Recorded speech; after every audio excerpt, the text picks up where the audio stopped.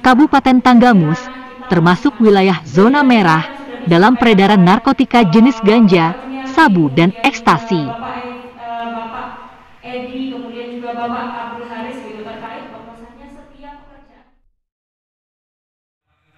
yang menyeleweng silakan kita bersama saya. Kalaupun tidak percaya sama saya silakan lapor ke BNN provinsi atau BNN pusat.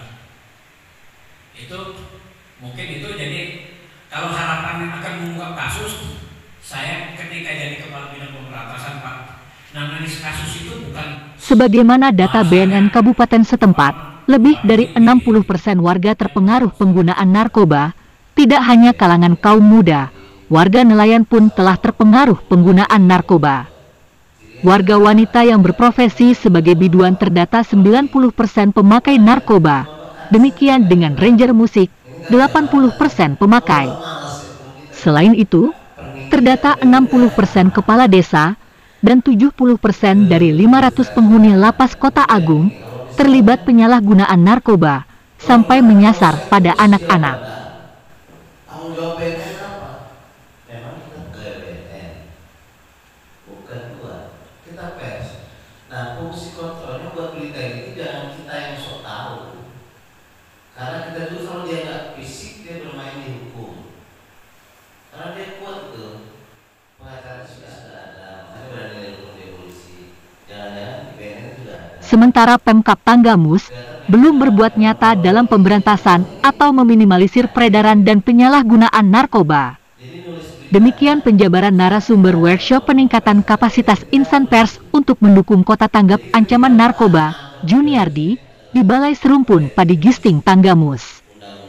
Kamis, 9 Juni 2022.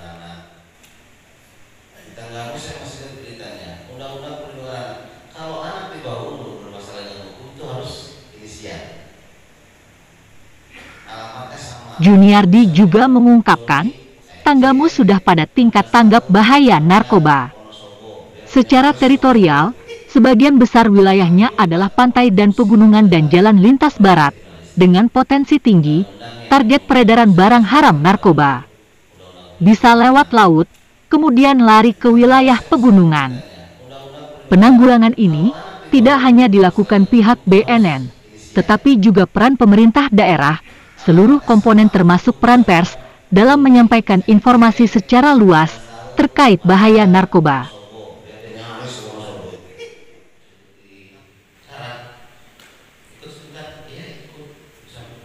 Sesuai tema, peningkatan kapasitas insan pers mendukung Kota Tanggap Ancaman Narkoba, Juniardi yang juga mantan duta anti narkoba, memaparkan, secara internasional, kejahatan narkoba masuk dalam kategori extraordinary crime atau kejahatan luar biasa, sama dengan kejahatan korupsi, terorisme, dan perdagangan manusia. Perang terhadap narkoba merupakan sikap pribadi dan sikap profesional wartawan sebagai bagian dari upaya pencegahan, pemberantasan penyalahgunaan, peredaran gelap narkoba. Jelas di dalam Undang-Undang Nomor 40 Tahun 1999 tentang pers, melarang pemuatan iklan narkotika dan barang-barang berbahaya lainnya.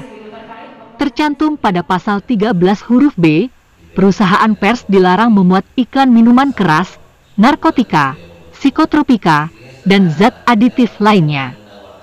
Para pembuat undang-undang itu memiliki semangat untuk menjauhkan pers nasional dari sumber dana yang berasal dari promosi narkoba.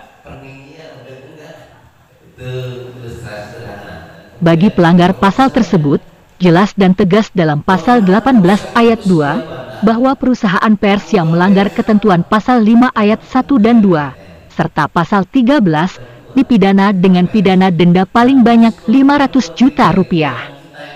Adanya dua pasal tersebut menunjukkan insan pers membuat jarak secara diametral dalam posisi sebagai musuh dengan pelaku kejahatan narkoba. Karena itu, perang terhadap narkoba tidak bisa dinegosiasikan, dikoordinasikan, atau dikomunikasikan. Artinya mutlak tidak bisa ditawar. Kita ikut berpartisipasi mendukung program BNN dan program pemerintah dalam rangka pemberantasan narkoba. Terutama kalau memang daerah programnya rehab, ayo kita dorong kawan-kawan yang kecanduan rehab sehingga memutus suplai narkoba. Kemudian bidang penindakan juga kita dukung bagaimana penegak hukum menindak para bandar-bandar yang memang sudah merusak itu. Saya kira pers juga harus mulai bangkit, terutama akan lebih indah kalau dimulai dari pers yang kita maksud. Karena itu, pers harus menggunakan fungsinya sebagai kontrol sosial. Berita penyalahgunaan narkoba harus berhasil membuat masyarakat dan aparat menjadi waspada, tapi tetap dilengkapi dengan unsur-unsur berita yang lainnya untuk memenuhi prinsip-prinsip jurnalistik dalam bentuk keberpihakan pada masyarakat, mengajak memerangi narkoba. Sementara itu, Kadis Kominfo Tanggamus, Edi Nerimo mengatakan, narkoba adalah musuh bangsa, jangan sampai generasi bangsa menjadi korban. Tanggung jawab ada di pundak kita, bagaimana peredaran narkoba tidak semakin meluas, tingkatkan peran dalam upaya menekan angka penyalahgunaan narkoba. Berharap, peran insan media dapat berkontribusi aktif menyampaikan informasi terkait bahaya dan akibat penyalahgunaan narkoba.